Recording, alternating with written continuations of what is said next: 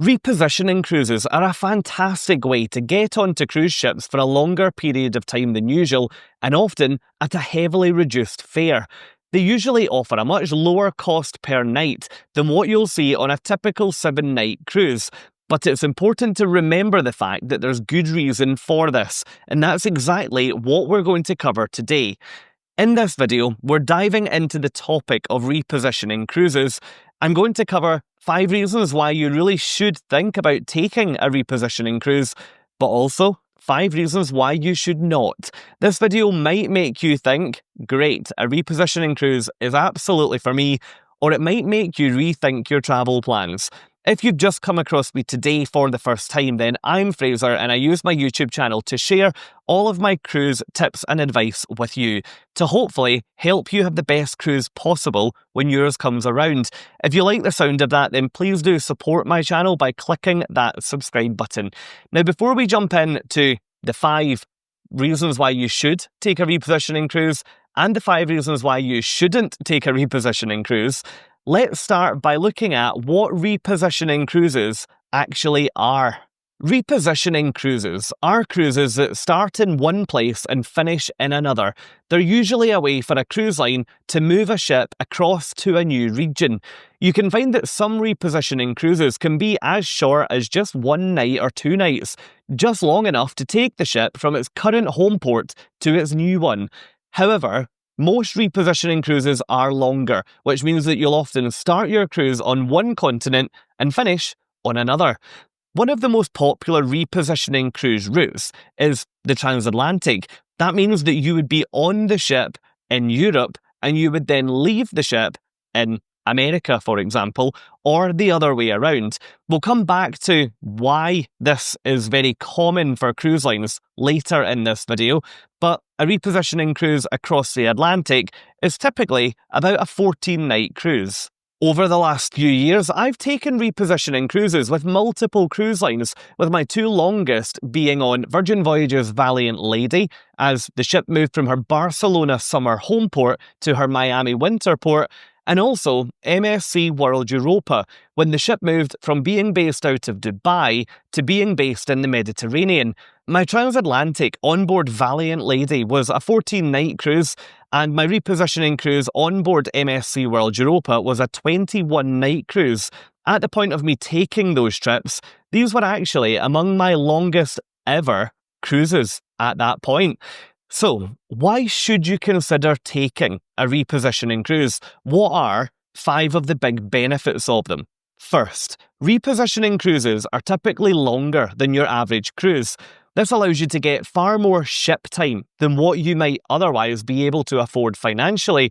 I've seen in the past where a repositioning cruise can actually be cheaper than what it would cost to take a 7-night cruise on that ship. In my own experience, it was about the same price for me to take the 21-night repositioning cruise that I told you about on MSC World Europa as what it would have been for me to fly to Barcelona a few weeks later and take a 7-night cruise on board. This allows you to do things like move up the cruise line loyalty ladders so much quicker than what it would if you were taking 7-night cruises. When you factor in my previous example that these longer cruises can often be cheaper than the shorter ones, it's great that you're able to build up those loyalty points at a lower price. Another great thing about the length of repositioning cruises is that they typically cover quite a long distance because you're on the ship for a lot of time, which we'll come back to. That means that you can travel from one part of the world to another at a nice, gentle, relaxed pace, aka on a cruise ship, which means that you won't experience things like jet lag when you arrive at your destination. For example, on the transatlantic that I took going from Barcelona to Miami, if I had flown that route, there's a fair chance that I'd have got jet lagged at one end of the journey, or maybe even both. However, when I travelled by cruise ship, the time changed an hour every day or two, meaning that by the time we reached Miami, our bodies were totally used to that new time zone and you didn't really feel it at all. Second, repositioning cruises can help you see parts of the world that don't often feature on many cruise itineraries. My example here is that my cruise on board NSC World Europa allowed me to visit places like Oman and also Saudi Arabia, places that I never thought I would ever visit. They are places that I did want to see at some point in my lifetime, but I didn't really think I would ever fly to take a vacation to Saudi Arabia, for example. What visiting by cruise ship allowed me to do, though, was to dock in the morning, head ashore, see a bit of the city, and then come back to the safety and comfort of the ship in the evening to go to our next port of call.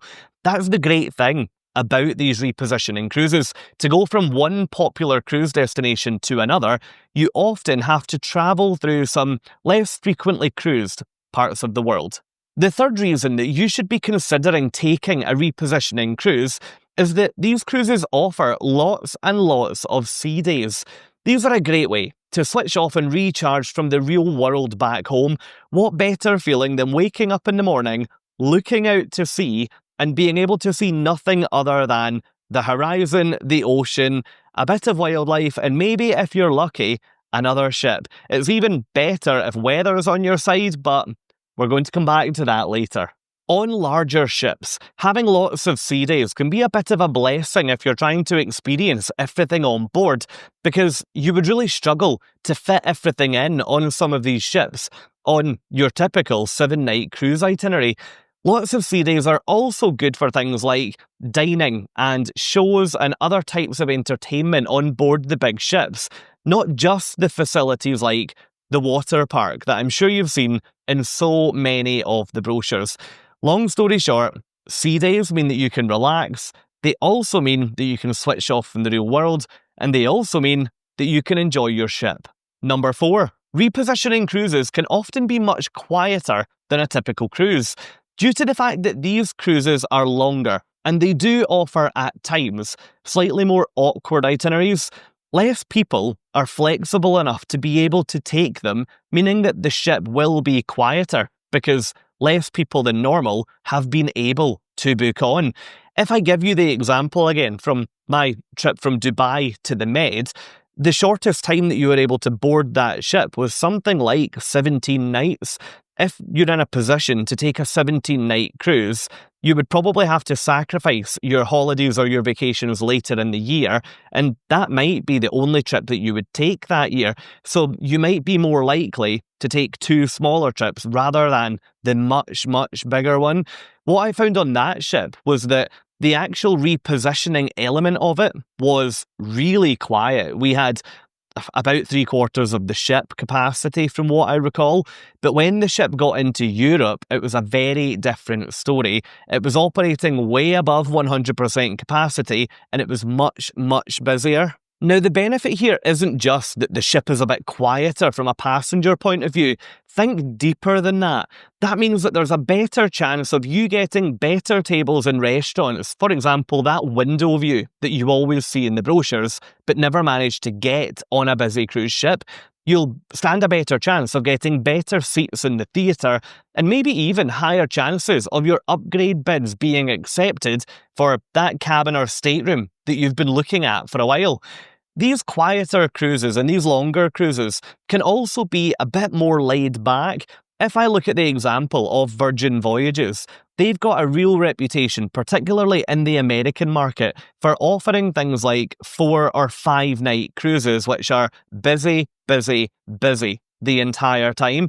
On my 14-night cruise, though, the pace was a lot slower, a lot more relaxed, and way more laid back. Number 5, due to the lower cost per night, repositioning cruises can allow you to unlock more premium cruise lines than what you're used to.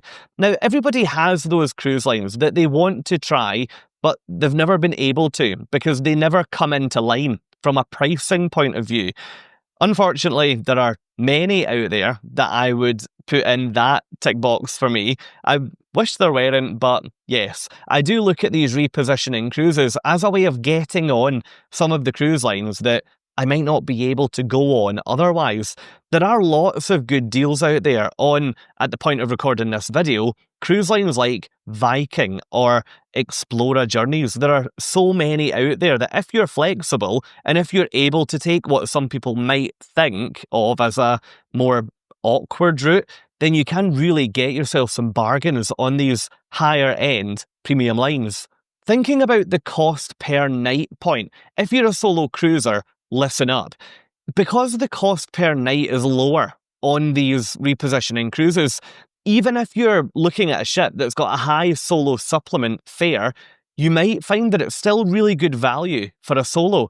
If you've never thought about taking a solo cruise, it's relatively common for someone on their own to pay the price of two people who would be sharing a cabin because that cruise line could have sold that cabin to two people. That means that cruising as a solo can be really, really expensive. Now, even if you are looking at a ship that's got a very high solo supplement rate, then taking a bargain repositioning cruise can mean that even with that high solo supplement, it can still be a really good deal compared to taking, for example, a 7-night cruise from Southampton or from Miami. So, that's 5 of the positives of repositioning cruises, but it's so important to remember that these cruises are often cheaper on a per-night basis for a good reason, and they're really not for everyone. Let's move on to the 5 reasons that you might want to avoid and you might want to not take a repositioning cruise in the future. First, think about how many sea days would be too much for you. It's not just the number of sea days on the itinerary that you have to think about here, but it's how they fall that is arguably even more important. Some repositioning cruises, depending on where they are in the world, will have you docking in port every couple of days. That might mean that you leave port 1 on day 1, you then visit port 2 on day 3 or 4, port 3 on day 7 or 8, so on and so forth. But on some of these trips, transatlantic being a good example, you can have 7 or 8 days at sea in between some of your ports. That to some people might just be too much.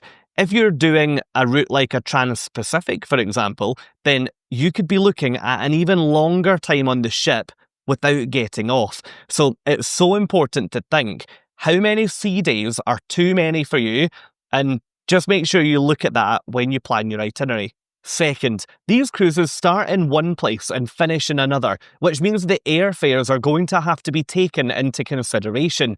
You won't want to take a repositioning cruise if that airfare is going to make it mega expensive for you to either get to the ship or to get home from the ship.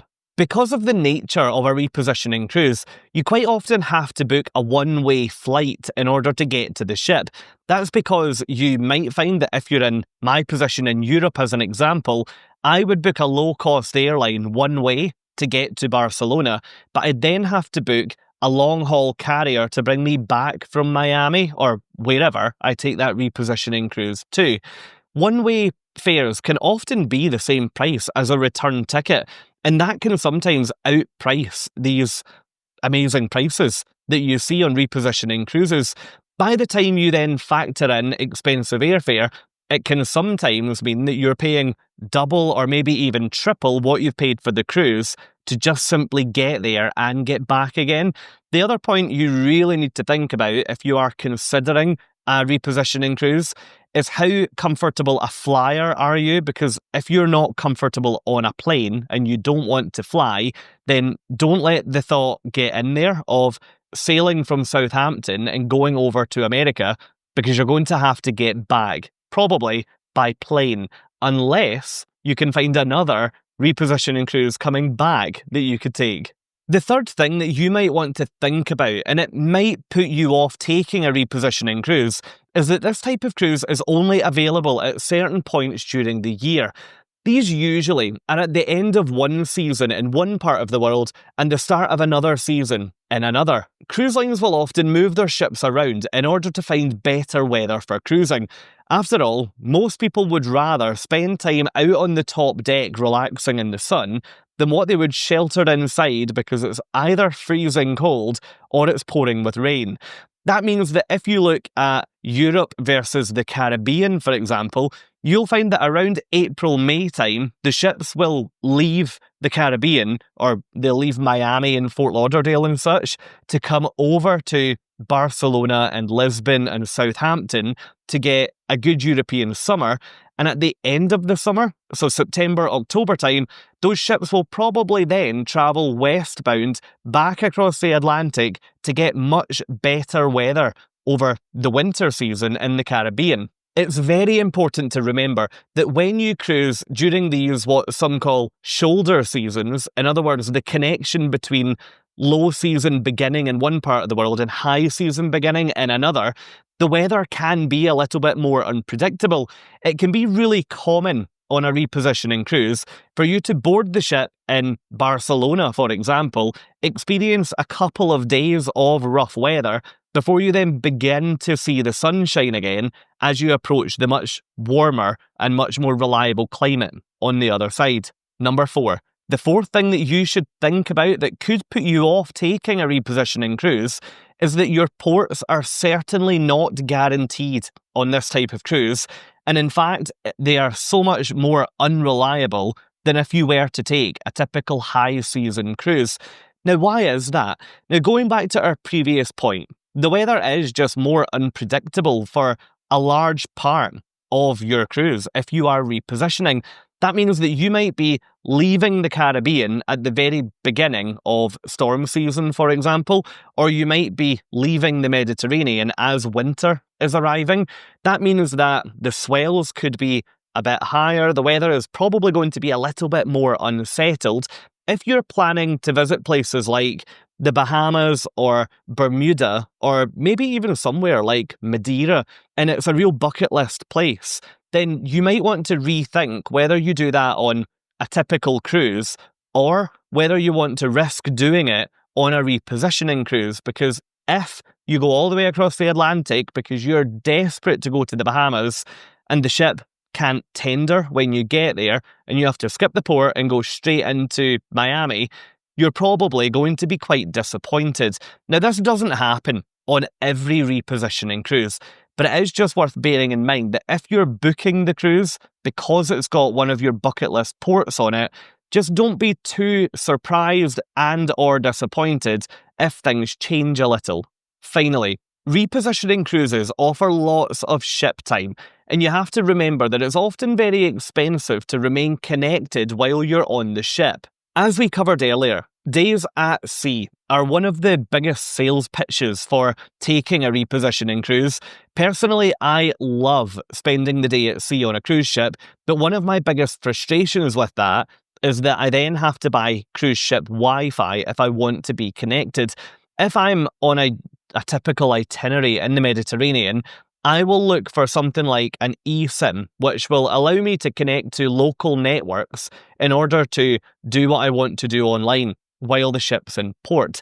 That then means that sometimes I don't have to buy Wi-Fi on the ship because it can be pretty expensive at times. Some people don't realise this. They book a repositioning cruise with the hope of getting some work done on board, and then they get stung with really expensive Wi-Fi packages once they get on board. So that's it. That's 5 reasons why I think you really should think about taking a repositioning cruise, but also 5 reasons why you probably shouldn't. Now, I hope you've enjoyed this video today. Please come and let me know down in the comments if I've missed anything. Why do you love a repositioning cruise? Or maybe, why do you hate taking a repositioning cruise? Now, if you have enjoyed this video, then please support my channel by clicking that subscribe button, and why not come and join me over in another video. Over in this one, I share with you 15 things that every single cruiser should really be doing in their cabin on day 1 of every single cruise. Thank you so much for watching this video, and I'll hopefully see you over there.